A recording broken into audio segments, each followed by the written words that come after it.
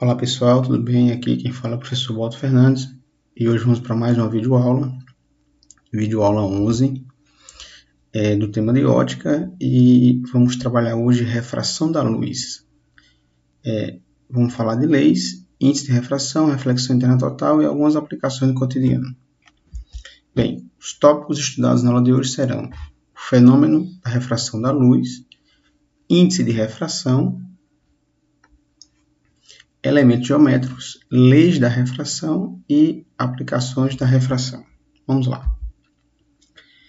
Primeiro, pessoal, como interpretar o fenômeno da refração da luz? Bem, é um fenômeno no qual a luz sofre mudança no meio, acompanhado da variação de sua velocidade de propagação. Eu trouxe aqui uma imagem para a gente representar e ilustrar isso aqui. Vamos lembrar que podemos representar a luz com feixes. Então, o esquema vai mostrar isso aqui. Nesse primeiro esquema, nós temos aqui uma superfície S, que separa o meio 1 do meio 2, e um feixe de luz que se propaga do meio 1 para o meio 2. Nesse caso aqui, esse feixe de luz ele sofreu refração, porque houve mudança de meio. No esquema 2, aqui ao lado, nós temos o mesmo feixe, só que agora a incidência desse feixe ela não é perpendicular em relação ao primeiro caso. No primeiro caso, a incidência ela foi perpendicular. No segundo caso, a incidência ela formou um ângulo. Se a gente traçar aqui essa reta perpendicular, no caso aqui, esse raio ele formou um ângulo. Mas, mesmo assim, nós temos aqui a refração do feixe de luz. Então, vou ter uma velocidade V1 e uma velocidade V2. Então, refração é um fenômeno no qual a luz sofre mudança de meio. Se muda o meio, vai mudar a velocidade de propagação. Diferente da reflexão, na reflexão não há mudança de meio, logo a luz incide na superfície, reflete para o mesmo meio, então você não tem mudança de velocidade. Pois bem, importante, pessoal, a refração da luz não é caracterizada pelo desvio que a luz pode sofrer ao mudar de meio, mas sim é caracterizada, mais uma vez reforçando, pela mudança na velocidade de propagação, e essa mudança ocorre devido à mudança no meio de propagação. Na figura, voltando à figura anterior, na primeira situação, nós temos aqui uma refração sem desvio. E na segunda figura, uma refração com desvio. Nas duas figuras, nós observamos a refração da luz. Só que na segunda que teve desvio. Bem, para se levar em conta a velocidade de propagação da luz, nós vamos definir uma grandeza chamada de índice de refração. Então, como é que nós podemos interpretar como a velocidade mudou quando a luz sofreu refração? Aí, para isso, vamos precisar introduzir aqui uma grandeza chamada de índice de refração. Então, vamos falar um pouco sobre o índice de refração. Bem, pessoal, o índice de refração você obtém dividindo a velocidade da luz no vácuo, que é C, certo? Pela velocidade da luz no meio.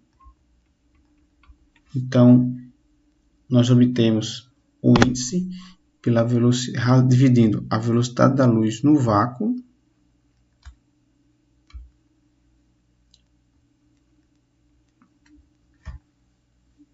só um instante. Velocidade da luz no vácuo pela velocidade da luz no meio. Importante sobre o índice de refração. Observe que você obter um índice dividindo duas grandezas que têm a mesma unidade. Velocidade C pela velocidade do meio. Quando nós dividimos duas grandezas com a mesma unidade, o resultado é apenas um número. Isso quer dizer que o índice é uma grandeza adimensional.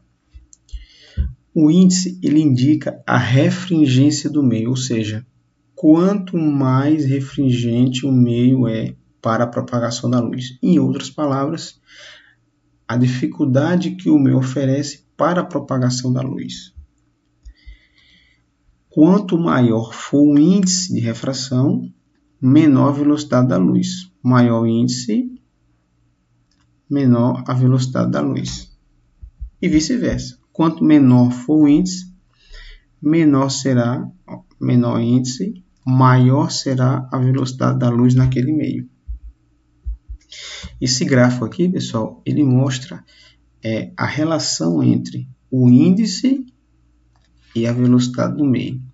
Como são inversamente proporcionais, o gráfico ele mostra isso. Se eu marcar aqui o meio 1 e 1.2, teremos aqui, pelo gráfico, que no ponto 1 eu tenho N1 e aqui um V1. No ponto 2, nós teremos N2 e um V2. Então, se eu analisar aqui o gráfico de 1 para 2, observe o que está acontecendo com a velocidade. Ela está aumentando e o índice de refração está diminuindo. Se analisarmos o gráfico agora no sentido de 2 para 1, vamos perceber que de 2 para 1 a velocidade está diminuindo, logo o índice de refração está aumentando. Então, o gráfico ele mostra essa relação do índice com a velocidade da luz no meio. E lembrando que esse C ele é constante e vale aproximadamente 3 vezes 10 a oitava metros por segundo. Ok? Então, cada meio que permite a propagação da luz, óbvio, vai ter um índice de refração. Bem, uma coisa interessante.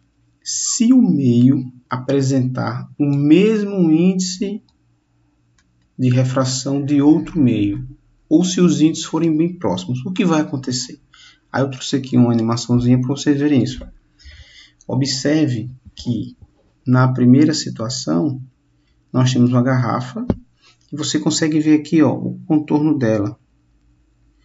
Então, essa garrafa de vidro está imersa, né? Aqui tem ar e aqui é água. Então, ar e água têm índices diferentes, então você consegue diferenciar essa garrafa quando ela está imersa tanto no ar como na água e ela é de vidro. Então, ar, vidro e água apresentam índices de refrações diferentes. Mas na figura do lado, na animação do lado, né, nós temos aqui a garrafa imersa em um fluido. Esse fluido aqui, pessoal, é a glicerina. E você compra em farmácia. Também que é um dos composições do sabonete. Você compra em farmácia ela na forma líquida, tá?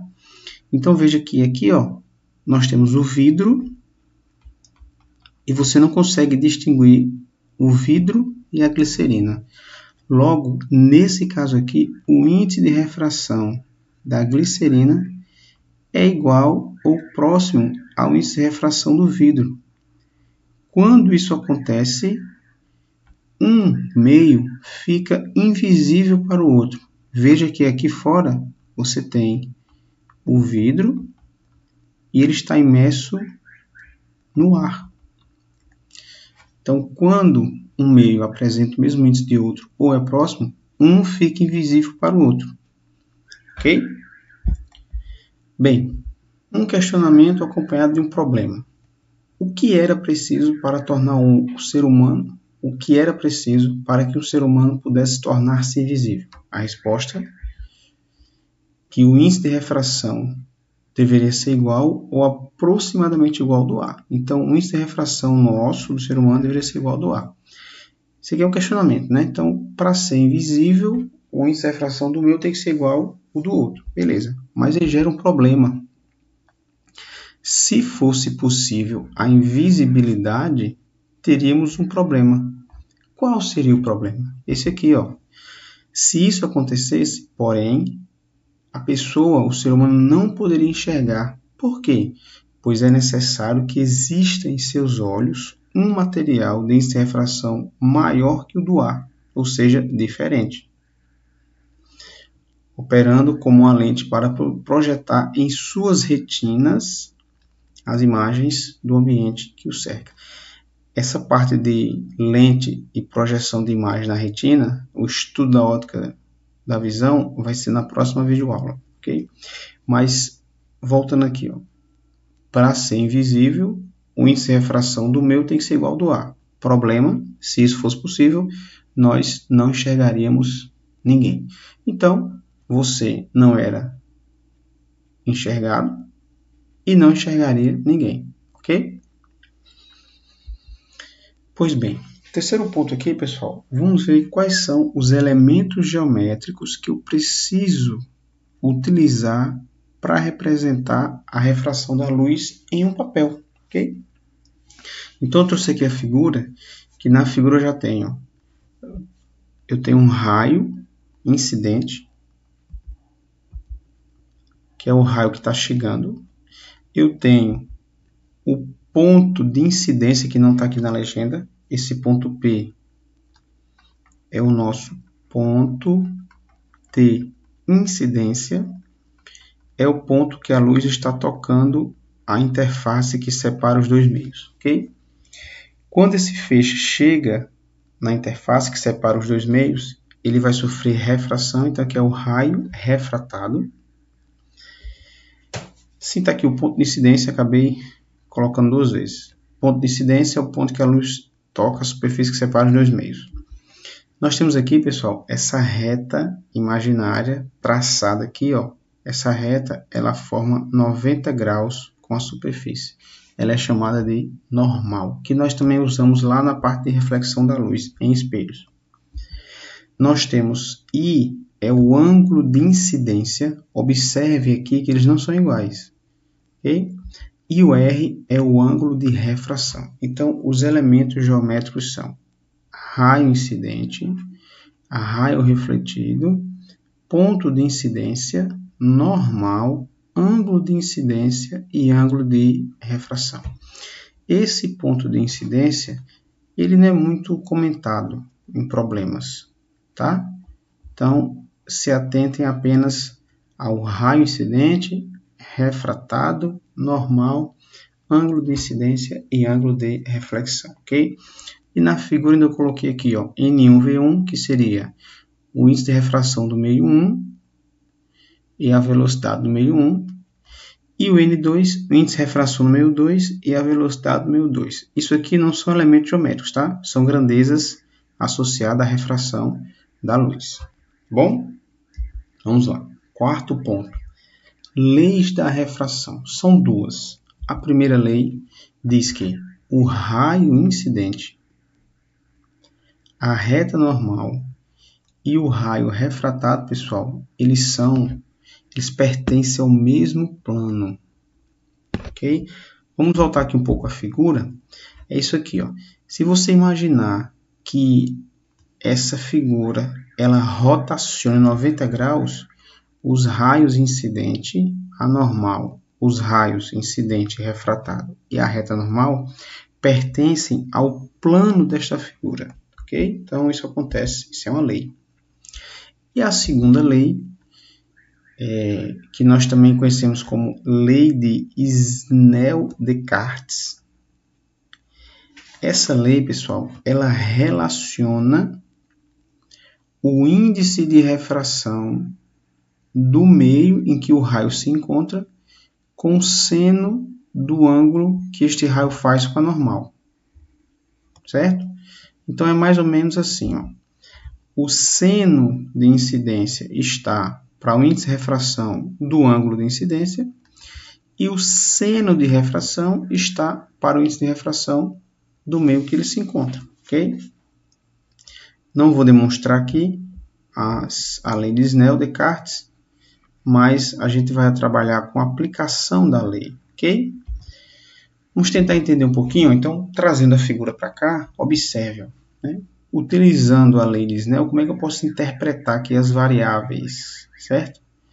Não esqueça que eu posso também, lembrando que N é C sobre V, então eu posso escrever assim, seno de incidência vezes C sobre V1 é igual, deixa eu fazer aqui pronto, é igual ao seno de refração vezes C sobre V2, ok? Como C é uma constante, eu posso eliminar esse C do problema. Então, a gente pode escrever a lei de Snell também em função do seno de incidência, como já está aqui, e da velocidade, do índice de refração, da velocidade, seno de incidência sobre V1 e seno de refração sobre V2, ok? A forma mais comum de aparecer a lei é essa que eu estou destacando aqui, certo? Pois bem, vamos lá então interpretar. Veja só. Como na figura, certo? Olhem para a figura. Como o ângulo de incidência é maior que o de refração, pessoal, logo o seno de incidência é maior que o seno de refração. Então, observe que o seno e o índice eles se multiplicam. Então, quanto maior for o seno, menor será o índice, ok? Então, nesse caso aqui, como o seno de incidência é maior, logo o índice de refração no meio 1 é menor. Aí, voltando à análise lá do índice. Quanto menor for o índice, isso quer dizer que a luz vai se propagar mais facilmente naquele meio. Então, a velocidade vai ser maior. Então, aqui, portanto, a velocidade no meio 1 é maior que no meio 2. De novo, quanto maior o seno do ângulo, menor índice e maior velocidade. E quanto menor for o seno do ângulo, menor índice, menor seno, maior índice, menor velocidade. Então, o seno do ângulo com o índice, a relação são inversamente proporcionais. Maior seno, menor índice. A relação do seno com a velocidade, aí são diretamente proporcionais, ok? Então, você vai usar a lei de Snell para relacionar e você consegue calcular ângulo de incidência, ângulo de refração, enfim, ok?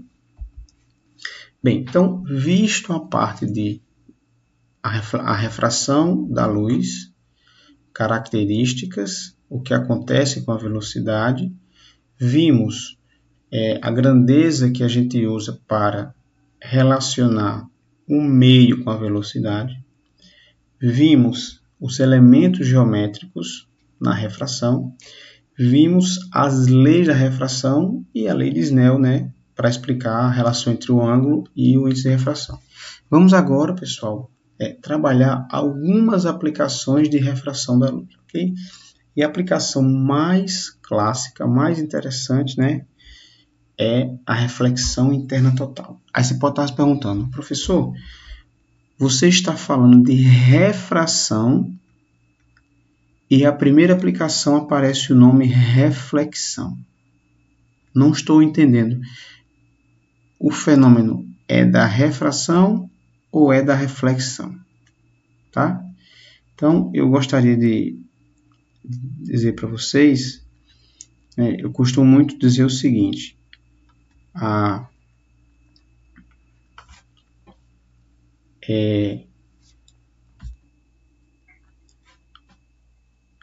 a refração, a reflexão interna total, pessoal, é uma refração que não aconteceu, que não ocorreu. Vou explicar melhor, certo? Acompanhe aqui, ó. Essa ilustração representa uma fibra óptica, certo? E nas fibras ópticas, que basicamente imagine um fio de cabelo, certo? Aqui está muito aumentado, mas imagine um fio de cabelo, onde eu tenho uma região central, por onde a luz pode se propagar, e uma região em volta dessa região central. Essa região central é chamada de núcleo, e a região externa é o revestimento. Então, pessoal, a reflexão interna total é uma refração que não aconteceu, né? O exemplo que vamos utilizar para explicar a reflexão total são as fibras ópticas, certo? Isso aqui é uma ilustração inicial que está mostrando um feixe incidindo de um lado. Aí nós temos aqui o núcleo, que apresenta um índice de refração, e o revestimento, que apresenta outro índice de refração. Se esse feixe ele incidisse perpendicular, eu vou tentar fazer isso aqui, não sei se eu vou conseguir. Deixa eu fazer assim, ó. Se esse feixe ele incidisse perpendicular, ele iria atravessar o núcleo e atravessar o revestimento e sair do núcleo. Só que a incidência aqui foi uma incidência que formou um ângulo. Observe aqui, ó, a incidência formou um ângulo, certo? E, nesse caso, a luz ela sofreu reflexão ao invés de refração, tá? Vamos entender melhor como é que é a reflexão interna total. Então, acompanhe comigo.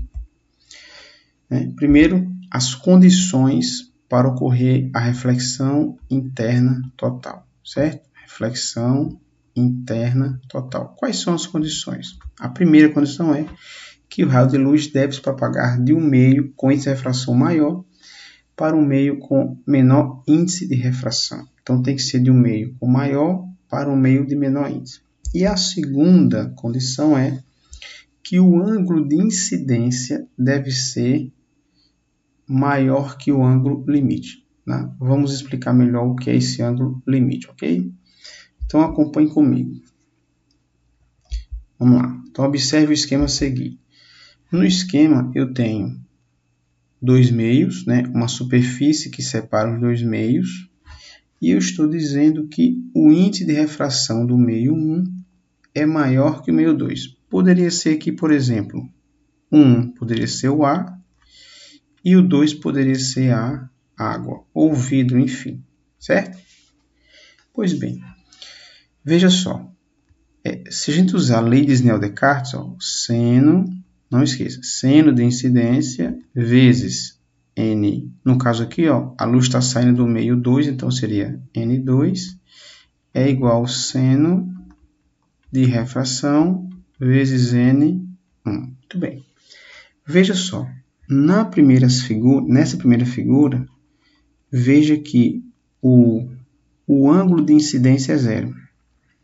Então, o seno de zero vale zero. Então, esse produto aqui, ele é zero. O produto da direita também tem que ser zero. Como o índice de refração não é zero, o ângulo de refração tem que ser zero. Ou seja, quando a incidência for perpendicular, o raio ele não sofre desvio. O ângulo de refração também é zero. Ok? Pois bem, vamos lá, acompanhe comigo.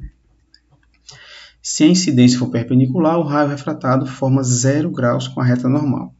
Aqui no caso, como eu falei, ó, o ângulo de refração ele vai ser zero, ok? Isso para incidência perpendicular. Muito bem. Mas agora, imagine o raio de incidência formando um ângulo de incidência com a normal. Aplicando a lei de Snell, eu vou ter aqui um raio de refração, um raio refratado e um ângulo de refração. Então, ó, se o ângulo de incidência for diferente de zero, o raio refratado forma um ângulo também diferente de zero com a normal. Ok? Nesse caso, como a luz está saindo de um meio com um índice maior para um meio de índice menor, o ângulo de refração é maior que o de incidência. Isso quer dizer que o raio que refrata ele vai se afastar da normal, certo? Muito bem. Então, ó, como o meio 1 tem índice de refração menor, o raio refratado se afasta da normal, certo?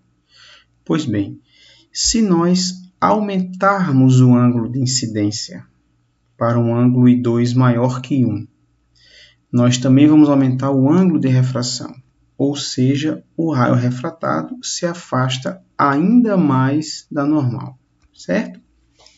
Pessoal, isso quer dizer o quê? Quanto mais você afasta o raio incidente da normal, mais eu estou afastando o raio refratado da normal. Isso quer dizer o seguinte, que vai chegar um momento que o raio de incidência se afastou tanto que o refratado ele sai rasante com a superfície, ou seja, ele sai paralelo à superfície, ou ele sai formando 90 graus com a normal, certo? Nesse momento, nós já podemos dizer o seguinte, que nesse caso aqui, certo? O ângulo de incidência, que eu já usei aqui outra letrinha, esse ângulo de incidência, ele é o ângulo limite. O ângulo limite é o ângulo para o qual o raio refratado ele forma 90 graus com a normal, ou ele é rasante à superfície. Então, esse ângulo é o ângulo limite. Alguns autores também chamam de ângulo crítico. É a mesma coisa, tá certo? Pois bem, então vamos aprender a calcular esse ângulo. Como é que eu posso calcular esse ângulo? Usando a lei de Snell. Então, ó, seno de incidência, que vai ser o L, vezes N2, perdão, seno de 90 vezes N1. Lembrando que o seno de 90 vale 1, então eu teria, repete seno de L, N2 igual a 1 vezes N1. O N2 vai para o outro lado dividindo, então aqui nós temos a expressão para calcular o ângulo limite de incidência, certo? Se eu souber os índices, eu calculo o seno, pelo seno você encontra o ângulo, certo? Um detalhe aqui, generalizando essa expressão, observe que, na verdade, o seno do ângulo limite ele é dado por uma razão entre o menor índice, que no caso é N1, sobre o maior índice. Matematicamente, pessoal, tem que ser assim. Por quê? Porque o seno, o maior valor do seno é 1, ok? Então, a razão tem que ser o menor índice pelo maior. E por que aqui, aqui não pode ser 1? Porque para essa razão ser 1, os índices têm que ser iguais. E se os índices forem iguais, não tem refração, certo? Então, nesse caso aqui, o seno do limite, pessoal, ele não vai poder ser 1. O seno do limite, pessoal, ele vai ter que ser sempre menor do que 1. Ok? Ele vai ser menor do que 1, tá bom? Aí, quando você encontrar o seno, você encontra o ângulo, tá? Beleza? Bem, então, voltando agora para explicar de fato o que é a reflexão interna total. Vamos lá. A partir do ângulo limite é que teremos a reflexão interna total. Porque, veja só, se quando o raio chega no ângulo limite, o raio refratado sai rasante, então, se nós aumentarmos o ângulo um pouco, Aqui, ó, se você aumentar o ângulo, ao invés do raio refratar, ele vai refletir. Então, quando o ângulo de incidência for maior que o ângulo limite, o raio de luz reflete ao invés de refratar. Aqui está a reflexão interna total. E como nós mostramos no início da apresentação da aplicação da reflexão interna total, uma das evidências desse evento são as fibras ópticas, né? Vocês devem já ter visto alguns objetos de decoração que tem uns fiozinhos, né? Que parecem fios de cabelo, e eles estão ligados a uma base que tem uma fonte luminosa e a luz ela sai apenas na ponta. Aqui como tá, essa imagem mostra isso. Então, né, as fibras ópticas são estruturas que permitem a reflexão interna total da luz pelo seu núcleo, tá bom, pessoal? Os exames de endoscopia, por exemplo, que utilizam imagens e é introduzido no trato, na parte do esôfago da pessoa, um tubo, e quem está fazendo o exame precisa coletar imagens do interior da parte digestiva. E na ponta é colocada uma câmera e uma fonte luminosa. E esse tubo ele faz uma curvatura quando passa pela garganta.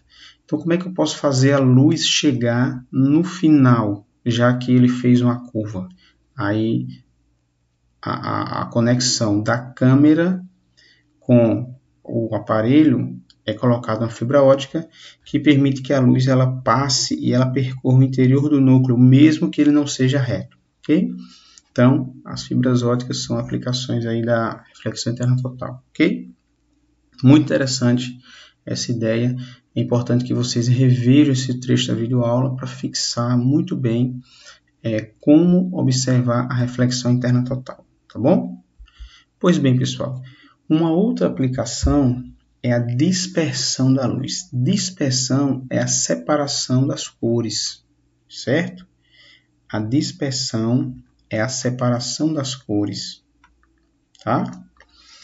Bem, então, quando um feixe de luz branca sofre refração, pode ocorrer a separação de cores, conforme a ilustração a seguir. Ó. Aqui eu tenho um feixe de luz branca que está incidindo num ponto de incidência e eu tenho aqui uma superfície que separa dois meios, ar e água.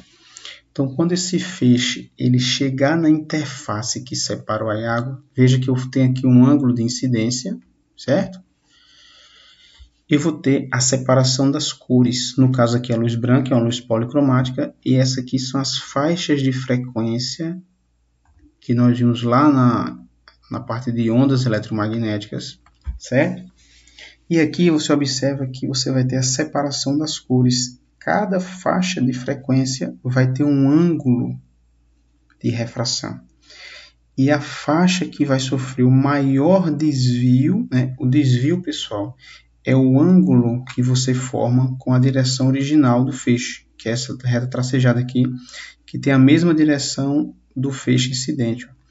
Então, a faixa que vai sofrer maior desvio é a violeta.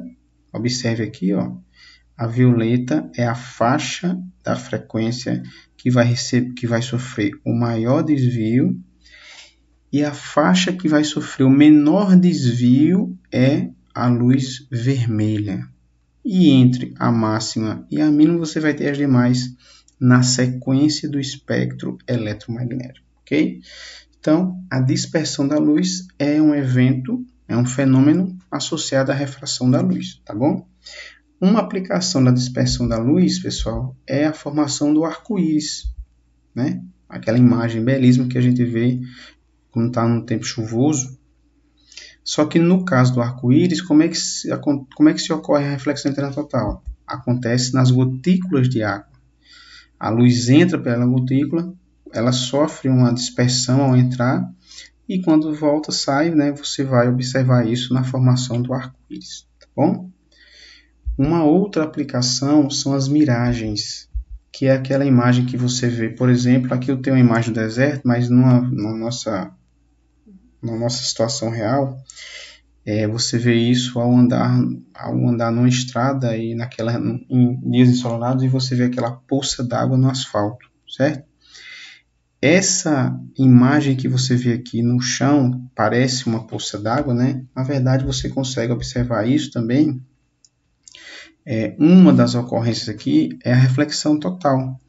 Em dias quentes, você vai ter aqui camadas de ar que apresentam temperaturas diferentes. Logo, eu vou ter índices de refrações diferentes nas camadas de ar. E quanto mais perto do asfalto, no caso aqui, né, eu vou ter uma maior temperatura.